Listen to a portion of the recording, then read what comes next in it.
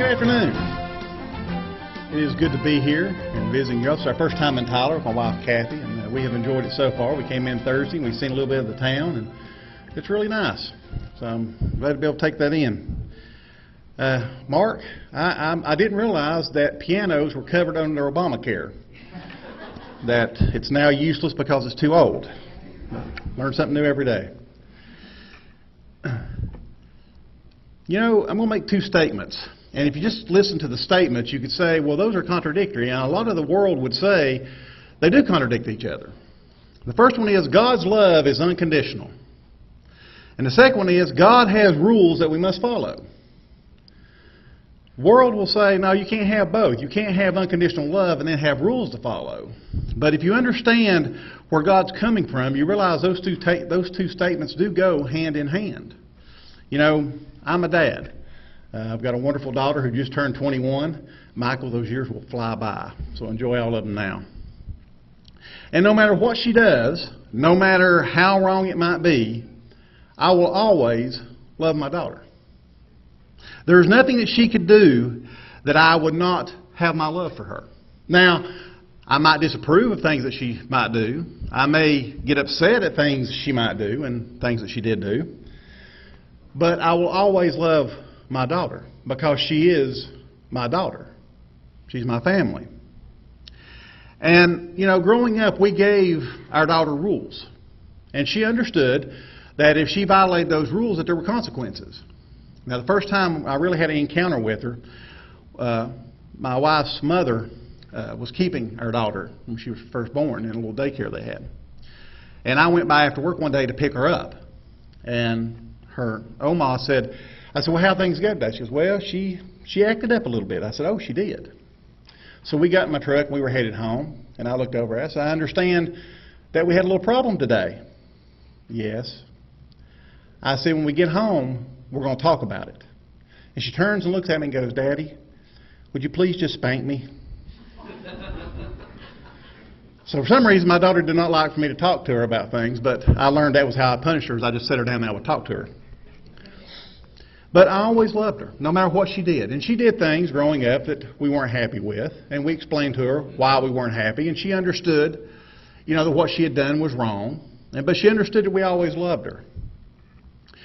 And so she understood that there was rules of the house, and if she violated them, then there was consequences to breaking those rules. You know, people today do not want to hear that there's rules. They don't want to know that there's certain expectations that God has for us. In 2 Timothy chapter 4, beginning in verse 1, it tells us how people's attitudes are going to change. 2 Timothy chapter 4, beginning in verse 1. I charge thee therefore before God and the Lord Jesus Christ, who shall judge the quick and the dead at his appearing in his kingdom.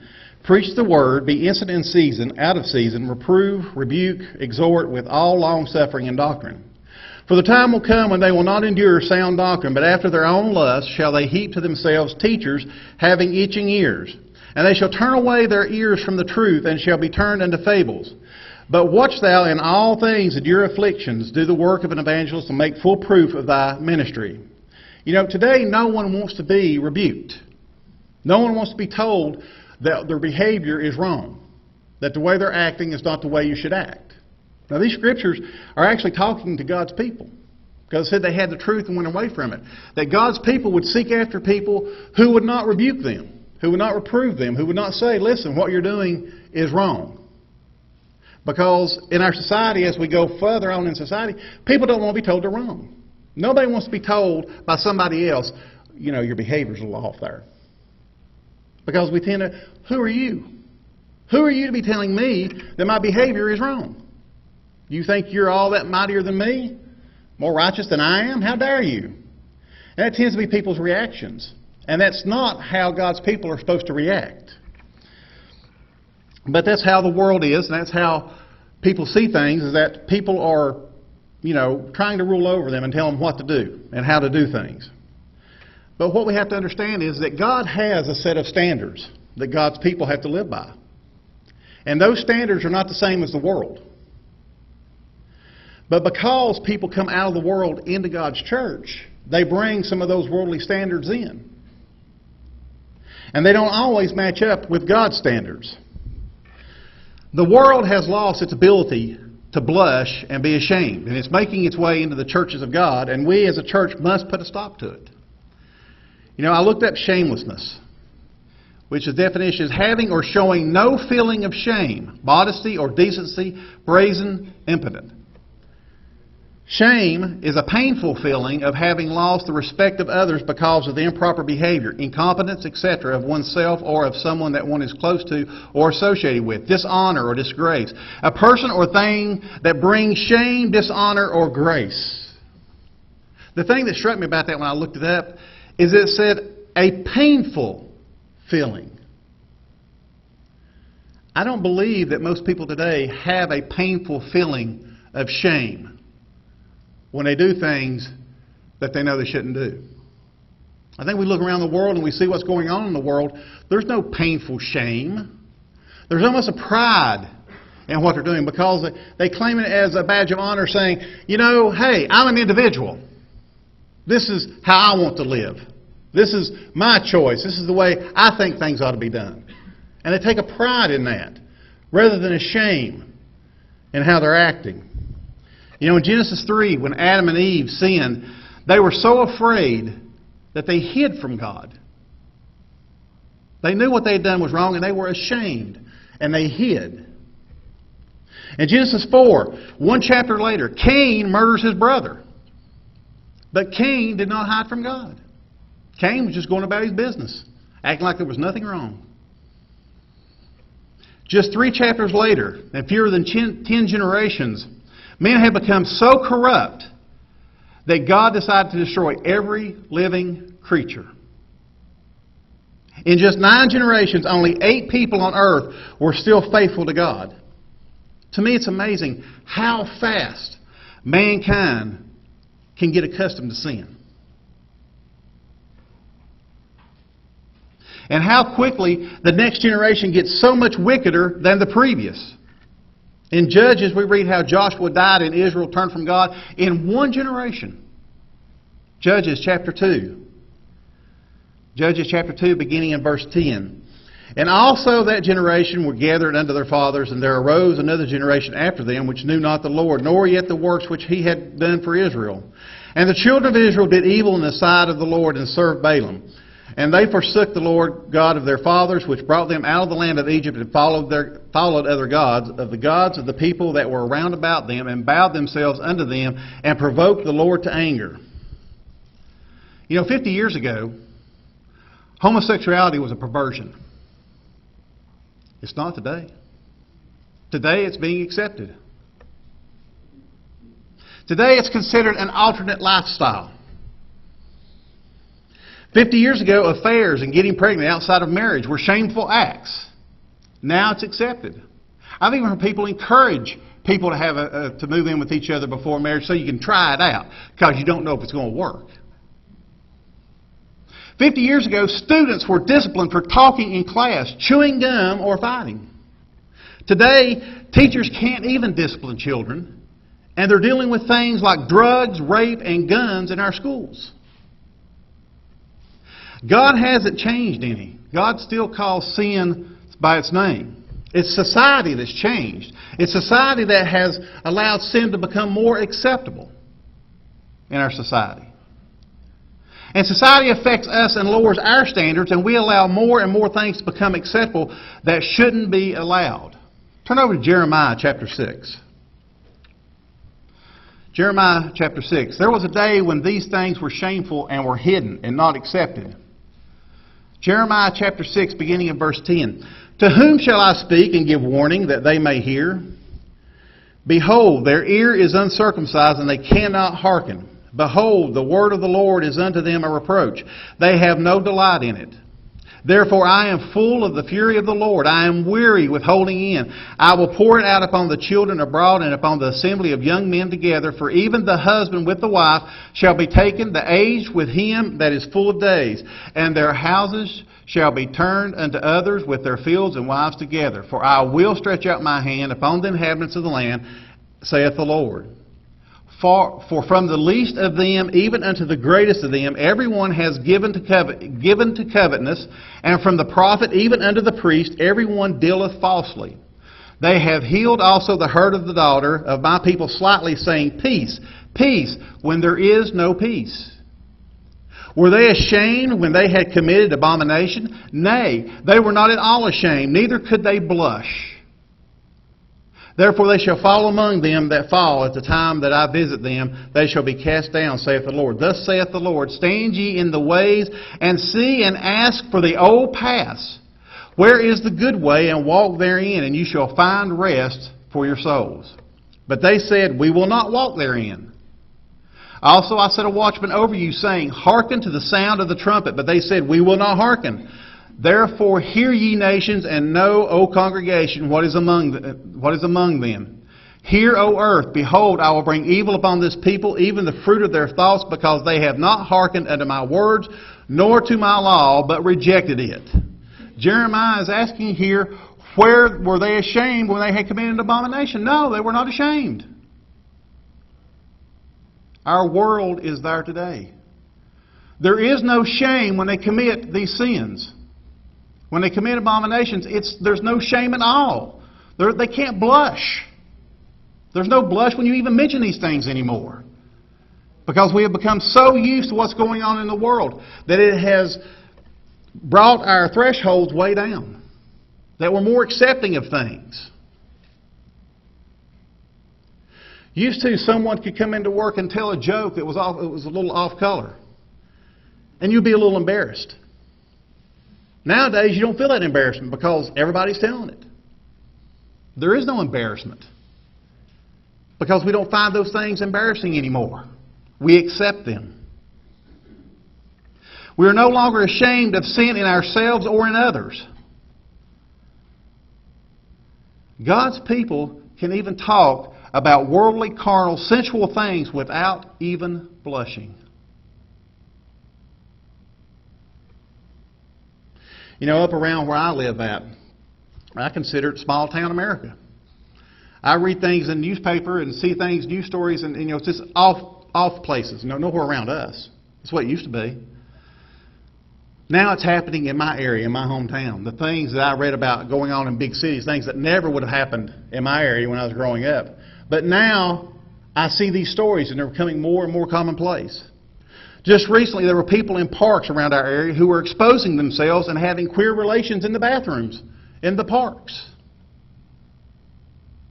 A woman in my home area was accused of using her 12-year-old son to wheel a shopping cart out of Walmart without paying for the merchandise while she waited in her car in the parking lot, and then driving off and leaving the boy when he was detained by store security officers. I've seen a story of a 7-year-old who was taking a car and was being chased by police. And after they caught him, everyone was just amazed. It was a 7-year-old. He ended up on the Today Show, and they were talking about it. He became a celebrity for stealing his parents' car. Social networking sites become places to collect friends. I remember looking at my daughter's social networking pages. And I'm like, there's no way you have this many friends. And there were friends of friends of friends of friends of friends of friends and friends. And I've seen people who have thousands of friends. But yet they can't tell you who any of them are. That's their idea of friends. A lot of them just collect names and have no idea who it is they're befriending. And there are a lot of predators who prey on that.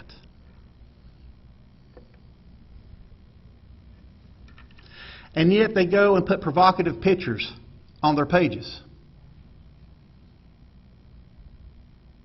Snapchatting seems to be a new thing. Of course, I may be behind the times because what's new to me is old hat. But Snapchatting, and the idea was that you could snap pictures and send them to friends and chat that way by taking pictures. And you see there was no danger in that because the pictures would disappear after so long. So they couldn't get out on the internet. Well, guess what? They have apps now that allow you to capture those pictures. And you had boyfriends and girlfriends who were sending sexually explicit pictures to one another. And they were capturing the pictures. And then, of course, when they break up, what happens? It goes out on the internet. And once it's out there, you can never pull it back.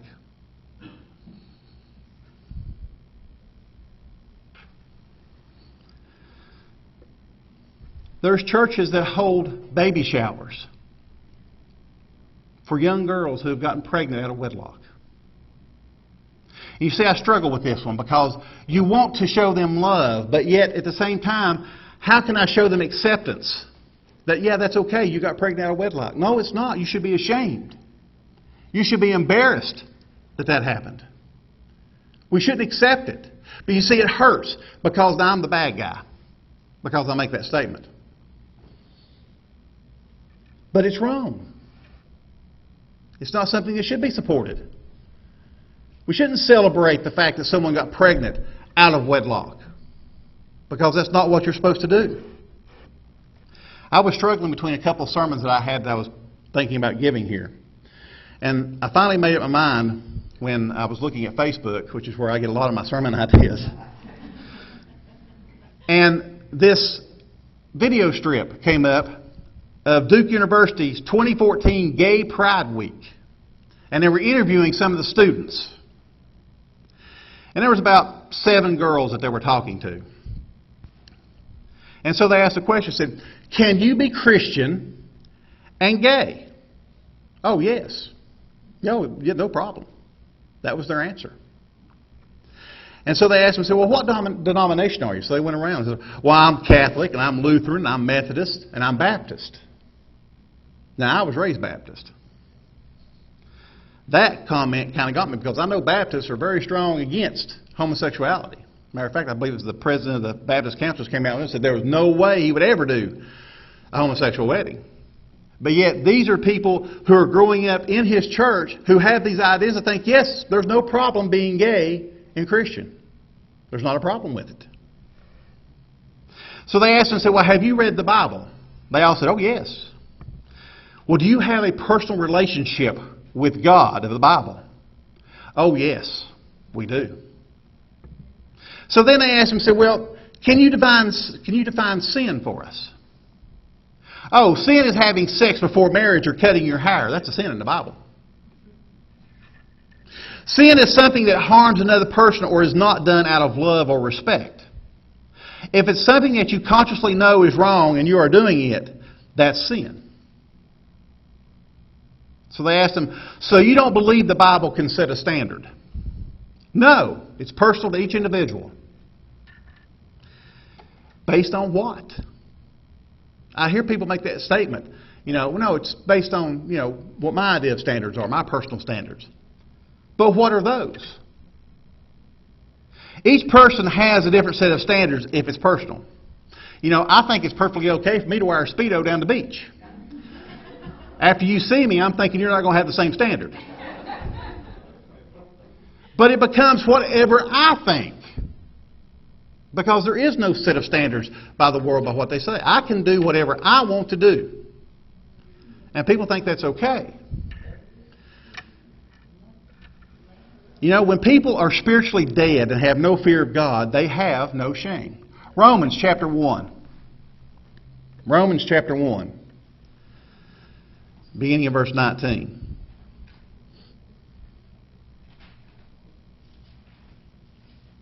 Because that which may be known of God is manifest in them, for God has showed it unto them. For the invisible things of Him from the creation of the world are clearly seen, being understood by the things that are made, even His eternal power and Godhead, so that they are without excuse. Because that when they knew God, they glorified Him not as God, neither were thankful, but became vain in their imaginations, and their foolish heart was darkened. Professing themselves to be wise, they became fools, and changed the glory of the uncorruptible God into an image made like to corruptible man, and to birds, and four-footed beasts, and creeping things. Wherefore God also gave them up to uncleanness through the lusts of their own hearts, to dishonor their own bodies between themselves. Who changed the truth of God into a lie, and worshipped and served the creature more than the Creator, who is blessed forever. Amen. For this cause God gave them up unto vile affections, for even their women did change the natural use into that which is against nature. And likewise also the men, leaving the natural use of the woman, burned in their lust one toward another, men with men, working that which is unseemly, and receiving in themselves that recompense of their error which was meet.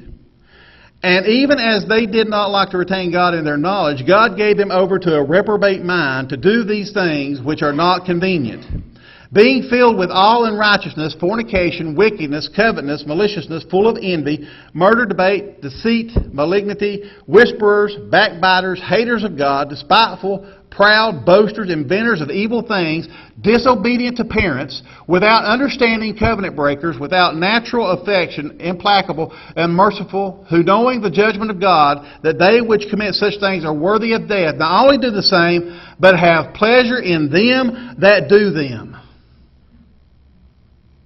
You know, we have lost all shame and want to blame everyone else for our problems rather than doing what we should, taking the responsibility and straightening out our messes.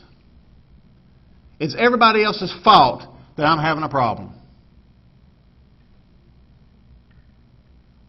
It's time the people of God begin setting the standards in God's churches rather than letting the world. Where in the Bible do we find the standards? Where are the specifics? Here's a question for you. How long should a dress be? Now, don't go running after your rulers, because I'm not getting into all that.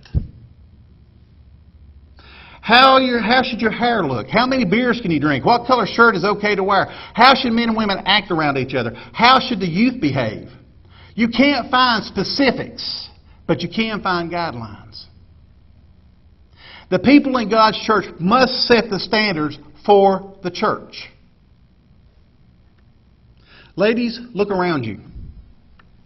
You should be influencing the newer members of God's family as what is acceptable through your behaviors, through your examples of dress, talk, and behavior. Men, look around you. We should be influencing the newer members of God's family as to what is acceptable through our examples of dress, talk, and behavior. It's imperative that we be examples of a godly standard, or the world standards will become the church's standard. If we don't draw a line and say, this is not acceptable, and this is acceptable, then the world standards start creeping in. And when I look out and see what's going on in the world, I don't want that in God's churches. Somebody has to say no. We as God's people set the standards within our congregations. What do you accept? What don't you accept? When we come out of the world, we are babes in Christ in need of teaching and guidance. It's like people forget that. People forget that people coming in are coming out of the world and they need to be taught. There's no shame in that. There's nothing wrong with saying people need to be taught. I need to be taught. That is what church brethren are supposed to be doing. We're supposed to be teaching, helping those who are coming in out of the world to leave the world behind and come in and start picking up godly practices, godly standards, and realizing that the world standards are not God's standards.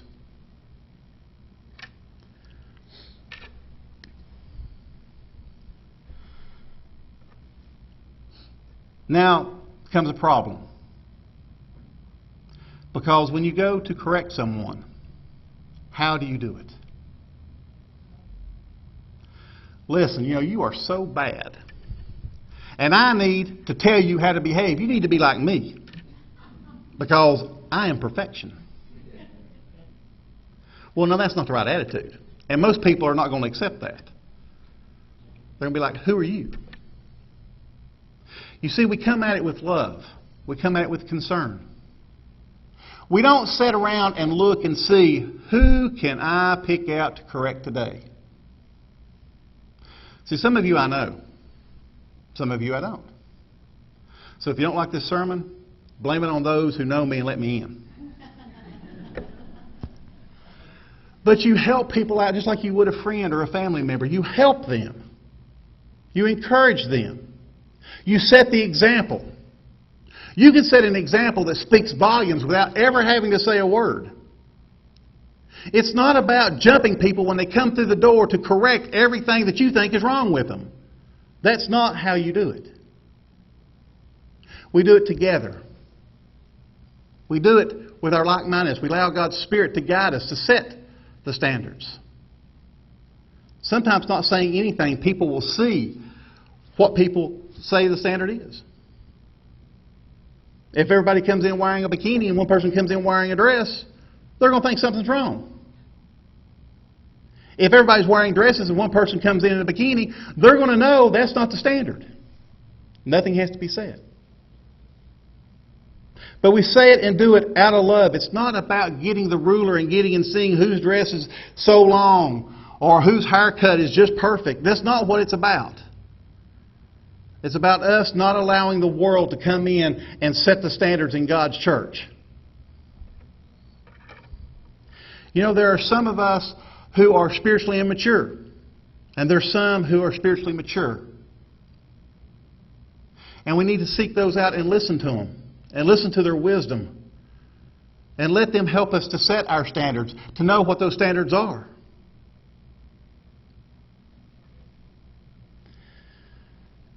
We all need to be able to accept correction. And we also have to be able to accept that, maybe I'm wrong in my correction.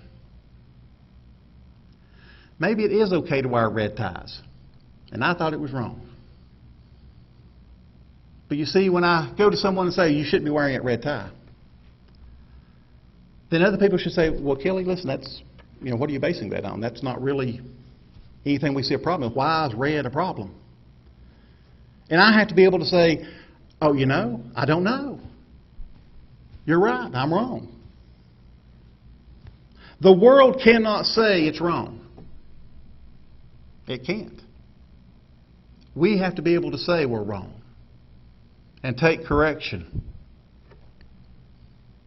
We must not lose our shame. We must be a part of God's society and not the world's society. God's society has a much higher standard than the world's, and we will be hated for that standard. We will be called hateful and intolerant.